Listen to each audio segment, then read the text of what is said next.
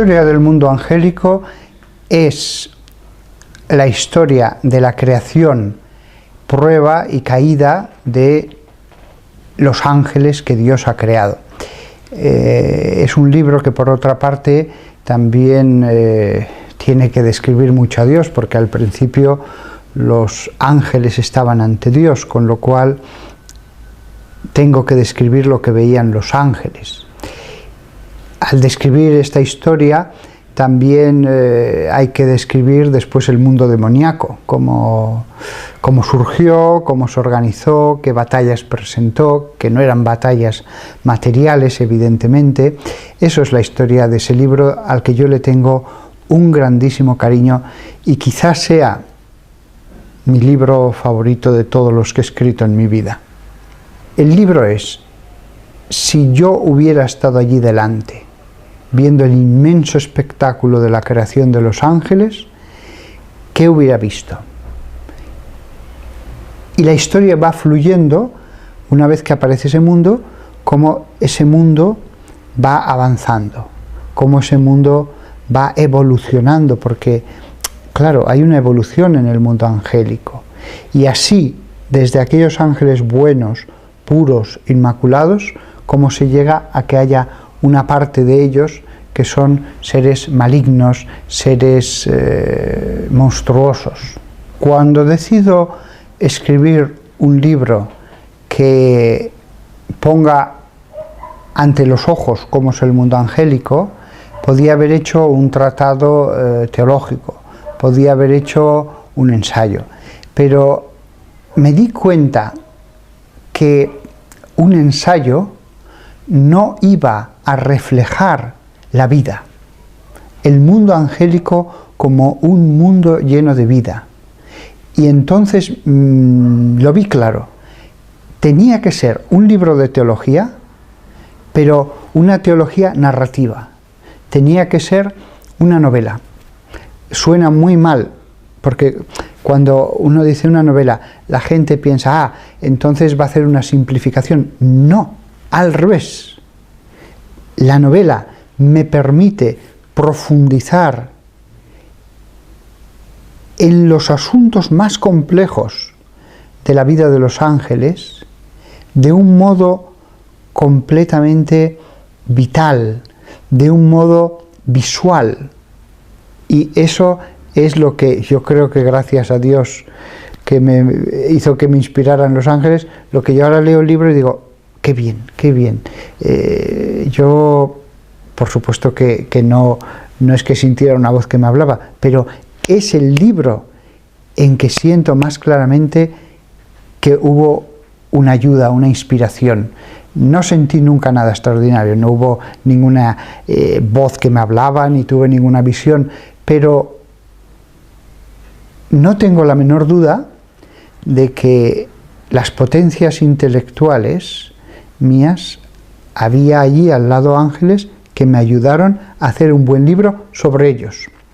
Si uno hace una biografía sobre un determinado personaje humano, el personaje está a tu lado y te habla. Tú usas tu intelecto para hacer bien esa obra, que puede ser hasta de arte. Hay biografías que son obras de arte, sin faltar lo más mínimo a la verdad. Pues bien, en este caso yo no tuve a un ser humano biografiado que me contara su vida, pero estoy convencido de que los ángeles sabían que un ser humano estaba escribiendo un libro sobre ellos, y estoy seguro, y se lo agradezco profundamente, de que dijeron, vamos a ayudarle.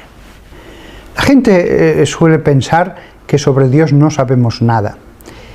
Eso no es así. Sobre Dios, después de miles de años de desarrollo de la teología, sabemos muchísimas cosas, muchísimas cosas. Lo que pasa es que todo eso que sabemos no es nada en comparación a Dios. Todo eso que sabemos es que no es ni la punta del iceberg, es ni un 1%, es muy poco.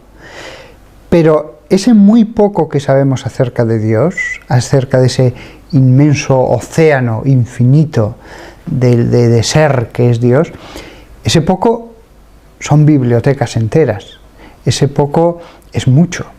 es mucho. Desde los antiguos griegos, que ya descubrieron muchas cosas acerca de Dios, pasando por los místicos, que han tenido revelaciones venidas de Dios mismo, pasando por los grandes teólogos que han dedicado toda su inteligencia, toda su vida a conocer más a ese ser infinito a través de la razón, y la naturaleza, y el cosmos, y la palabra de Dios. Con todo eso, ciertamente sabemos mucho. Y conocer más a los ángeles, desde una buena teología católica, nos lleva a conocer más a Dios. Porque los ángeles están alrededor de Dios. Los ángeles, Dios es su Padre. Dios es su Padre. Entonces, realmente el mundo angélico, de algún modo, es como lo que está alrededor de Dios. Y Dios está siempre en el centro de ese mundo. Por lo tanto, una novela permitía mostrar las cosas como si las estuviéramos viendo. Mostrar las cosas no estáticas, no como un cuadro fijo, no como una descripción, sino como lo que es vida. La vida de Dios que se desborda en la creación de esos seres vivientes que son los ángeles, variados, multiformes, formando una sociedad. Yo lo veo claro. Cuando Dios decide revelarse a sí mismo, no escribe un ensayo de teología. Lo que escribe es la Biblia, a través de los escritores que escoge Él para que sean sus instrumentos. Él mismo, cuando tiene que describirse, va a usar una narración de hechos. Y leyendo esa narración de hechos, al final dices, ahora conozco a Dios. Existe una idea muy extendida entre el clero, que suele tener unas ideas, yo diría casi que fugaces, acerca de la teología de los ángeles, porque es un tema que en los seminarios pues no se trata con gran profundidad. Existe la idea de que todo lo que ocurrió desde la creación de los ángeles hasta su caída o su entrada en la bienaventuranza fue casi instantáneo.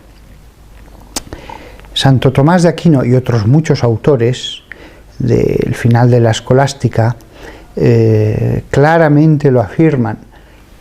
En el mundo de los ángeles existe un tipo de tiempo. No es el mismo tiempo material que en este cosmos, pero existe un tipo de tiempo. Es cierto que por su naturaleza, lo que para ellos puede ser extraordinariamente largo, para nosotros podría ser un breve espacio de tiempo. Y al revés también, algo que para ellos puede parecerles muy corto, a nivel humano puede ser muy largo. Porque son dos tiempos distintos de dos mundos distintos. Lo cierto es que si lo tuviéramos que trasladar a tiempo humano, si eso fuera posible, que no lo es, lo que ocurre desde la creación hasta la bienaventuranza, en mi opinión, fue mucho tiempo, fue un largo espacio de levo. ¿Por qué? Porque los ángeles, cuando surgen de las manos de Dios, es un modo de hablar, Dios no tiene manos, aparecieron completamente limpios, no había en ellos ningún tipo de pecado, pero no había ningún tipo de virtud, no habían hecho nada realmente meritorio. Parece lógico que si creas a un ser angélico, no simplemente te limites a ver si se salva o se condena, sino que además le des un tiempo para que madure, para que profundice en las virtudes, para que se santifique. Y eso requiere tiempo en cualquier ser. Hasta la Virgen María necesitó tiempo para santificarse. Entonces, los ángeles también, en el Evo. El Evo es la sucesión de pensamientos y de actos de la voluntad. ¿Cómo imaginarse el Evo? Que es el tiempo de los ángeles. Eso está descrito en muchos autores medievales que cuando lo descubrieron se dieron cuenta, este es el tiempo de ese mundo. Y imagínense los que me escuchan, que están en un lugar completamente oscuro, en el que no se oye absolutamente nada, en el que están flotando, no sienten nada del cuerpo. Es la oscuridad y por más que abran los ojos no ven nada, solo tienen su pensamiento. No saben si es de día o es de noche. Imagínense que no tienen necesidad de comer, ni de beber, ni de dormir. Imagínense que son puro pensamiento. Ese es el Evo. Ese es el Evo. No es del todo perfecto esto, porque incluso una mente que estuviera en coma y que solo pensara, sigue estando unida a un cuerpo y el cuerpo sí que tiene un tiempo. Pero ese tiempo, en el momento en que queda reducido solo al pensamiento, aunque estemos unidos a un cuerpo, es como se entiende cuál es el tiempo de los ángeles. Muchas horas en esa situación se te pueden pasar muy rápidas, poco tiempo se te puede pasar como algo muy lento. Así entendemos cuál es el tiempo de los ángeles. Dios, sin embargo, no. Dios no tiene tiempo, Dios vive en un eterno presente. Dios no tiene un antes y un después. En Dios nunca ha pasado el tiempo. Muchos autores, y esto es algo que a otros no les gusta nada, llegan a hablar del hombre como de un ángel encarnado, como de un espíritu angélico con cuerpo. Esa expresión me gusta mucho. Es cierto que el espíritu de un ángel es sustancialmente distinto al alma humana. Incluso nosotros sin cuerpo somos de otra especie. Lo nuestro es estar en un cuerpo, ser un cuerpo, que nuestro espíritu informe un cuerpo. Sin embargo, la expresión, aunque hay que tomarla solo como una comparación, es muy afortunada, porque realmente si cerramos los ojos, si no pensamos en nada material, somos pensamiento. Y de hecho, si estuviéramos en coma y siguiéramos pensando perfectamente, en ese momento lo único que percibiríamos de nosotros es el pensamiento en medio de la oscuridad y el vacío. Pero la oscuridad tampoco sería del todo adecuado porque lo iluminaríamos con nuestro pensamiento. Nosotros necesitamos tiempo para santificarnos. El sentido de la vida es ese, el que nuestro espíritu vaya transformándose. Los ángeles lo mismo. Los ángeles no simplemente fueron creados, se salvaron e inmediatamente a la gloria. No tengo la menor duda de que la transformación de un espíritu angélico a través de la virtud, a través de las obras buenas, fue con tiempo. Y entonces eso permite la transformación de un espíritu de un modo muy variado, como cada uno quiere. Lo mismo que los seres humanos. Lo maravilloso es que todos cuando nacemos somos un alma blanca, limpia. Sí, hay una inclinación al pecado, pero ya está, y no estamos en gracia, pero el alma en sí no tiene ningún pecado personal, y un cuerpecito, Y sin embargo, 80 años después, somos el resultado de todas nuestras decisiones. Somos el resultado de nuestros esfuerzos, el resultado de nuestras luchas, el resultado de haber dicho no, esto no es correcto, voy a hacer esto. El haber dicho tengo que seguir este camino por arduo que sea porque este es el del bien. Todo eso nos va modelando sin que nos demos cuenta. Hay gente que querría que en la vida todo le saliera bien, todo fuera agradable, pero no se dan cuenta de que el espíritu se modela con esa contraposición entre las cosas buenas que gozamos y los males que sufrimos, y no hay otro remedio, tiene que ser así. Los hombres, aunque no hubieran caído, aunque hubieran vivido en gracia de Dios desde la creación, se hubieran tenido que esforzar para santificarse. En la oración, en el ascetismo, en el esfuerzo, hubieran trabajado, por supuesto, es decir, hubiéramos tenido otra sociedad, no esta con tanto pecado, pero hubiéramos tenido una sociedad de hombres que trabajaban, se esforzaban, rezaban, etc., solo que sin pecado. El tiempo es necesario, y una vez que acabe el tiempo sobre la tierra, ya no nos podremos santificar, quedaremos petrificados. Entonces querremos más tiempo, pero no tendremos más tiempo.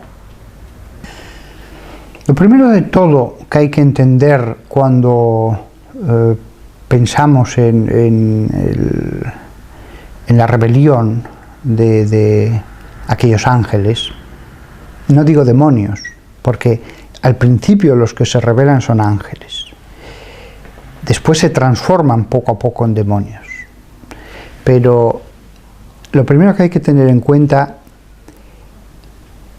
y aquí ya entramos en lo opinable, pero me parece razonable, y hay textos bíblicos que podrían apoyar lo que estoy diciendo, es lo grandioso que debió ser Lucifer. Hay textos como cuando describe el Leviatán en el libro de Job, o como cuando escribe el Behemoth en el mismo libro, que claramente dan la sensación de que este ser fue algo muy grande, una obra maestra de Dios. Hay santos padres que también dicen lo mismo: Lucifer fue la obra maestra de Dios. La culminación, la cúspide del mundo angélico. De hecho, si uno lee la Biblia, se habla de demonios, se habla de tronos y potestades que se rebelaron, se habla de distintos demonios, pero siempre que se habla del diablo o de Satán, que es el mismo, se habla en términos muy especiales, como si él fuera algo bastante único, dejando siempre claro que no es Dios. Pero claramente, para que tantos espíritus angélicos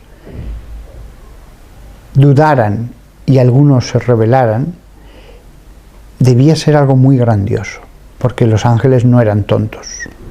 Los ángeles no eran unos chiquillos a los que se engaña de cualquier manera, y menos cuando ellos conocían a Dios, aunque todavía no vieran su rostro, porque todavía no habían entrado en la bienaventuranza, estaban en el tiempo de prueba.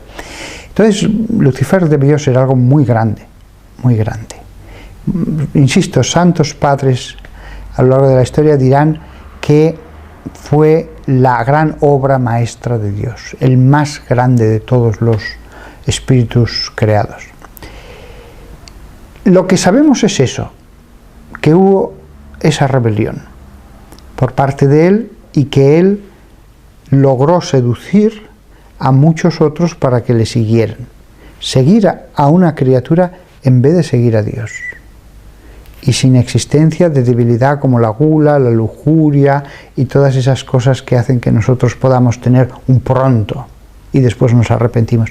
No, ellos eran otra especie, eran otro tipo de seres. Ellos eran seres intelectuales. Entonces, eso es seguro. Lucifer debió ser algo muy grande para poder ejercer una capacidad de seducción tan poderosa. ¿Qué es lo que hizo que él y otros se rebelaran? Eso no nos lo dice la Biblia. Ahora bien, algunos escritores y alguna mística como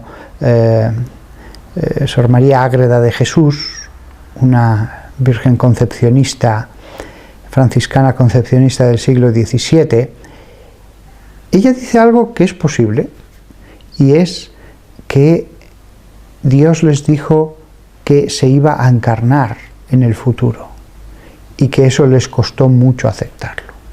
Esa idea me parece apasionante. No es de fe, no está dicha en la Biblia, pero es un ejemplo de cómo pudo ser la prueba de Dios y de por qué se rebelaron. ¿Pudo ser de otras maneras? Sí, pudo bastar simplemente el deseo de una autonomía, la soberbia. Pudo ser otra orden o algún aspecto de Dios que ellos de ningún modo comprendieron y les llevó a rebelarse. Caben posibilidades, pero todas las posibilidades en el fondo se reducen a muy pocas cosas. Soberbia, dificultad de obedecer, dificultad de someter la propia razón a lo que dice alguien que sabes que es tu Padre, que es bueno y que es todopoderoso y que no puede equivocarse. En el cielo sabremos realmente en qué consistió la prueba de los ángeles, pero esta idea es bellísima, la idea de que Dios antes de la creación del mundo les dijera: yo me voy a encarnar, y ellos no quisieran doblar la rodilla ante un Dios encarnado. Me parece una idea de una poesía, de una belleza, y teológicamente no hay ningún problema. Además, no es que esto se nos haya ocurrido. Hay esta monja que verdaderamente llevó una vida santa, que ella afirmó que Dios le había dicho eso, que la rebelión parte de la revelación de Dios de que algún día se va a encarnar y de que ellos tienen que adorar a Dios bajo esos ropajes humanos. Cuando yo digo que Historia del Mundo Angélico es una novela, la gente piensa que es un libro pensado para la gente sencilla y que después los grandes teólogos ya tienen sus libros serios de teología. El camino que ha seguido este libro es justo lo contrario. Después, ya estoy más allá de la mitad de mi vida, después de más de una mitad de la vida dedicado a los libros de teología sobre los ángeles y el demonio, a leerlos y escribir algunos, es cuando he dicho: no, ahora es el momento de escribir una novela que contenga toda la teología y que precisamente me dé más libertad para mostrar lo que es la sociedad de los ángeles. Con lo cual, este libro lo podrá leer la gente sencilla, pero lo leerá con mucho más provecho los que saben teología e incluso los expertos. Y los grandes expertos en angelología y demonología, desde luego, esos van a ser los que más lo van a poder aprovechar. Este libro, cada uno que lo lea lo entenderá según su intelecto. El que más sepa sacará más, el que menos menos. Todo el mundo, a poco que sea un lector normal de novelas, lo va a disfrutar y va a comprender lo que allí se dice. Será el que más conozca todo lo que se ha dicho en la teología acerca de los ángeles, el que más va a poderse dar cuenta de que está en los detalles el conocimiento. Lo mismo que Dios muestra su grandeza en los pequeños detalles, aunque sea las patitas de un pequeño escarabajo que va por el suelo. Cuando uno estudia una patita, dice, increíble, qué cosa tan optimizada, tan perfecta. La grandeza de Dios se ve a veces en los detalles. En los escritores, a un nivel infinitamente menor, el conocimiento de una materia se ve en los detalles. Los pequeños detalles son los que muestran el trabajo de orfebre, de ir limando las pequeñas cosas hasta que salen exactas. Por eso esta obra, cuando me la han traducido a algún otro idioma, como ya ha sucedido, yo les he dicho a los traductores, por favor, sed lo más literales que podáis. Sed lo más literales que podáis, porque yo puedo revisar un poco la traducción, por ejemplo, al portugués cuando salió, pero creo que ahora se está traduciendo, si no me equivoco, al eslovaco, no, al croata. Pues allí no entiendo croata y tengo que fiarme. Pero algo parecido no es lo que yo he dicho, porque el teólogo lo que hace es, a veces al hacer una frase, hay que medirla, pesarla, matizarla, limarla un poco de aquí, cambiarle una pieza, y cuando ya la tienes hecha dices, sí, esta palabra es correcta, pero no me acaba de entusiasmar, debería haber otra, y al final encuentras otra palabra que expresa de un modo mucho más exacto lo que realmente es en el mundo angélico. Si el mismo autor a veces tiene que estar pensando qué palabra va a poner en un predicado o qué adjetivo debe poner junto a un sustantivo, y a veces se requiere tiempo, y a veces uno dice, voy a leer un poco esto o lo otro antes de decidirme, aquí uno ve la dificultad que tiene una traducción cuando es este tema de teología, cuando es un tema tan complicado como es describir la vida interna de la sociedad angélica. No es lo mismo decir, el hombre vestido de azul se sentó en el sillón. Eso no tiene mayor misterio traducirlo.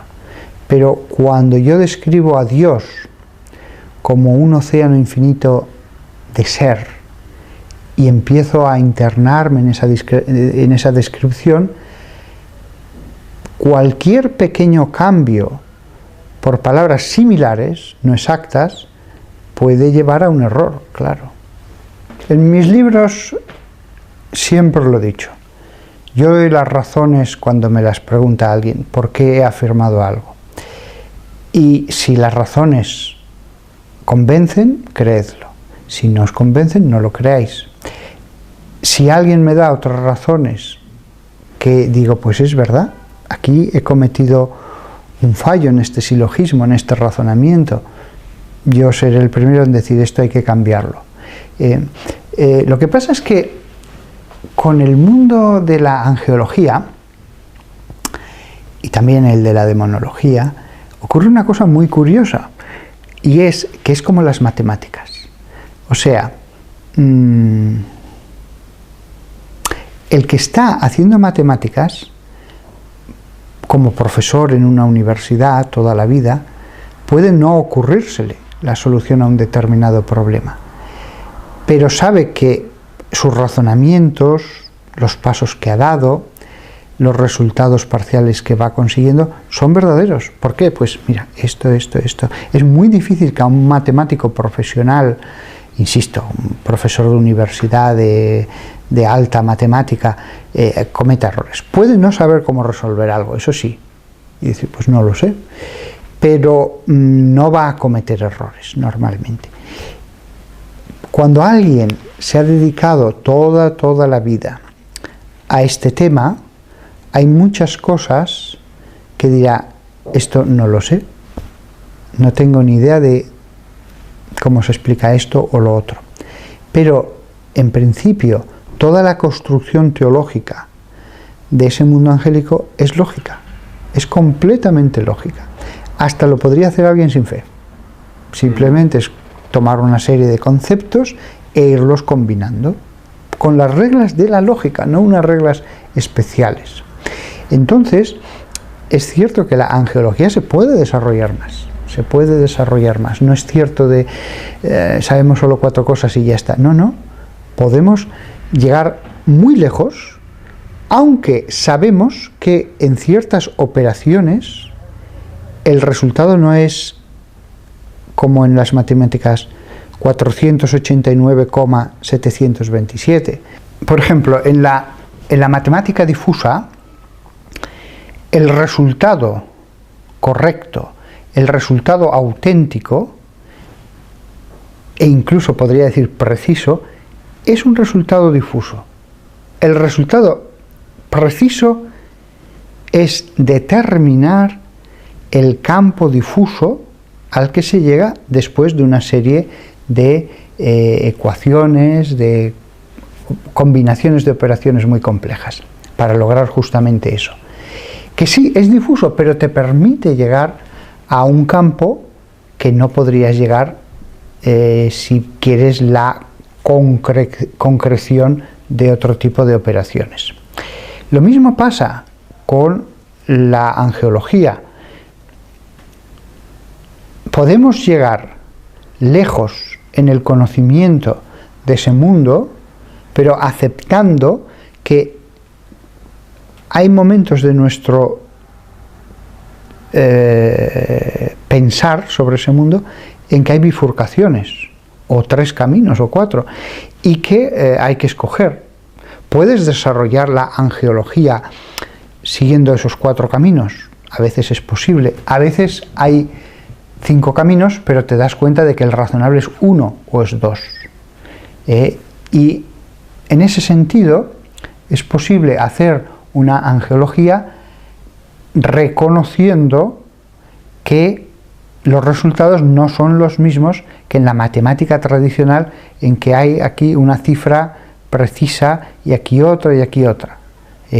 La teología es una ciencia. La teología es conocimiento verdadero acerca de cosas que son invisibles de la fe, del mundo celestial, etc. Pero no significa eso que no vale gran cosa, que todo son opiniones, que todo es muy relativo, que es poesía, porque no es verdad, no es verdad. Es una auténtica y verdadera ciencia. Y cuando uno o 100 teólogos dedican años y años a profundizar en un determinado aspecto de la teología, es curioso cómo las grandes mentes dicen, esta es la verdad, aunque esa verdad pueda ser un resultado propio de la teología, con conceptos, Hay veces que hay resultados en la química o en la física que no son un número, que son una ecuación compleja y a veces muy larga. En la teología a veces el resultado de investigar un mundo invisible, angélico, puede ser un libro entero, porque eso no lo puedes resumir en 10 frases. Sustituyes los números por conceptos, pero la misma inteligencia de grandes hombres que se podría dedicar a la física, a la química o a las matemáticas, se dedica a saber cómo puede ser el mundo angélico. Eso hoy día, en el siglo XXI, gracias a Dios, lo tenemos. Y eso es lo que yo intento modestamente en el libro Historia del Mundo Angélico. Modestamente y orgullosamente, porque yo ahora lo veo y digo, este libro es el resultado de toda mi vida pensando sobre este tema. Y entonces, lo que decía antes, cuando un profesor está toda la vida dedicado a las matemáticas, puede no saber muchas cosas, pero no es tan fácil que se equivoque. Yo, acerca del mundo angélico, desconozco, infinidad de cosas, pero hay muchas cosas de las que estoy completamente seguro. Completamente seguro. ¿Por qué? Dios es inteligencia y Dios nos ha dado inteligencia. Cuando yo estoy pensando, estoy ejercitando una participación de la inteligencia divina. Es como si Dios dijera: conocedme, conoced a las criaturas que yo he creado. Y es un placer el conocimiento. No es de extrañar que haya habido hombres que hayan dedicado toda su vida a eso. El Papa Benedicto XVI lo decía, que resulta comprensible cómo hay hombres que dedican toda su vida a la teología. Porque en el mundo hay muchos placeres. Hay placeres en el comer, hay placeres en la bebida. A mí no me gusta nada el alcohol, pero entiendo que haya gente que le guste eso. Está el placer del sexo, está el placer del viajar, el placer de tantas cosas físicas que hay en el mundo, corporales, etc. Pero todos esos placeres a mí se me hacen muy poca cosa, lo digo honestamente, frente al placer de uno poderse sumergir como un pez, con su inteligencia, en el mundo angélico. Es que yo transmito en este libro el placer que he sentido sumergiéndome entre las miriadas de ángeles.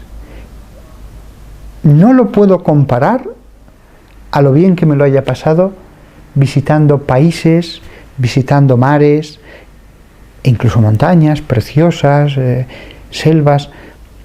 Nada es comparable a la nobleza, belleza, profundidad, grandeza incluso del mundo angélico.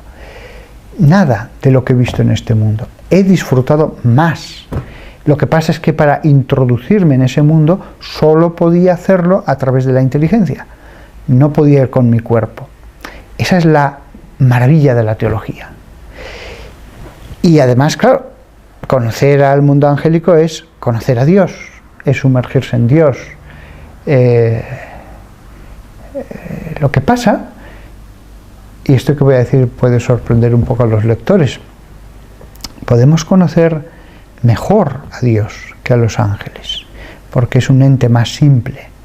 Sin embargo, siempre será más fácil describir a los entes complejos, y cuanto más complejos, más fácil de describirlos. Entonces, es como el autor del Apocalipsis. San Juan describe muy bien todas las plagas, todos los castigos sobre la tierra. Describe algo, menos tiempo, a los seres angélicos alrededor del trono, a los tronos con los 24 ancianos del Apocalipsis, etc. Pero mucho menos a Dios, apenas nada a Dios. ¿Por qué? Cuanto más vamos subiendo, es como si las nubes del misterio nos impusieran ciertos límites. Entonces, ya me gustaría a mí haber escrito un libro como Historia del Mundo Angélico solo sobre Dios. Eso sería para mí maravilloso, pero no puedo. No puedo porque es como los pájaros. Los pájaros pueden subir más alto, pero llega un momento en que sus alas, cuando llegan a capas donde el aire es tan sutil, ellos ya son demasiado pesados. La narración se convierte en algo demasiado pesado, demasiado material, demasiado grosero para describir a algo como Dios. Dios, en cierto modo, es más para ser vivido, pero ojo, también podemos describir cosas sobre Dios, y sobre todo, es curioso, un libro sobre Dios realmente sería pesado. hecho al modo de historia del mundo angélico. Pero es curioso, si ponemos a Dios con los ángeles, los dos elementos crean unas descripciones, una narración, una historia mucho más interesante, mucho más atractiva. Es curioso, los ángeles nos ayudan a conocer más a Dios. Los ángeles nos ayudan como guías a sumergirnos más en ese mar del ser infinito que es el Altísimo. A mí lo que me alegra es pensar que después de leer este libro la gente conozca más a los ángeles. Al conocerlos más, los ame más. Al amarlos más, les hable más, les pida ayuda. Y se cree una verdadera amistad, una convivencia con el ángel de la guarda que dure toda la vida. Eso yo, cuando entre al cielo, Dios mediante, con su ayuda, con la ayuda divina, espero que algunos ángeles me dirán: ay, Padre, gracias a su libro, la persona a la que yo acompañaba, inspiraba, ayudaba, me quiso mucho más, me habló más a menudo, fuimos más amigos. Eso me alegra. Es curioso, además, conociendo el mundo de los ángeles, uno puede alejarse más del pecado o descubrir el sentido de la vida, porque decir, es verdad, yo en el fondo también soy parecido a un ángel, entonces lo que he leído sobre ellos en parte vale para mí. He recibido algún email de lectores, me acuerdo de uno que me dijo: Padre, su libro me ha cambiado la vida. Aquello me llenó de una profunda alegría, el que ese lector me explicara cómo le había dado sentido a su existencia, porque los libros, las películas, tantas cosas pueden desecarnos, pueden hacernos perder la alegría, pueden desorientarnos respecto al sentido de la vida, y otros libros, conversaciones, películas, nos pueden reconducir en el camino correcto, porque hay una cosa que está clara: puede haber muchas opiniones, pero al final solo hay un camino que es el verdadero, solo hay un camino correcto. Eso, no hay 10.000 verdades y 10.000 caminos correctos. La verdad es una. Yo en eso estoy de acuerdo hasta con el ateo. O tú o yo tenemos razón. Aquí no hay vuelta de hoja. O tú o yo. Los dos a la vez no. O Dios existe y la verdad sobre el mundo, sobre la existencia, es la que nos ha dicho Dios en las Escrituras, o tú tienes razón y mira, haz lo que te dé la gana porque ya todo da lo mismo y la vida es una selva y que gane el mejor y la ley del más fuerte, y goza todo lo que puedas porque no vas a recibir ni premio ni castigo, vas a ser como un perro que te mueres. Claro, es tremendo la contraposición entre esa concepción que dice: no, vas a ser como un perro que te mueres, nada tiene sentido, no te esfuerces mucho porque no vale la pena, a la concepción cristiana, a la concepción de la Iglesia, que es una armonía, que es todo tiene sentido. Qué forma tan distinta de vivir la vida, de un modo o de otro. Yo de verdad compadezco a las personas que han sido seducidas por una concepción que en el fondo es demoníaca, aunque ellos no se den cuenta. Es la mentira del demonio, que viviendo en este universo maravilloso, en medio de la nada, el universo está rodeado de nada. ¿Y de dónde ha salido el universo? Que viviendo en esta parábola de Dios que es el universo, han logrado meter en las mentes una forma de leer el universo, la naturaleza, la belleza del mundo, que es realmente demoníaca, es un engaño demoníaco, aunque no crean en los demonios. Aquí sí que ocurre lo que yo digo en el libro, como la luna colocada de un modo determinado y tú a una determinada distancia puede ocultar el sol entero. Como tú puedes vivir en tinieblas aunque exista el sol.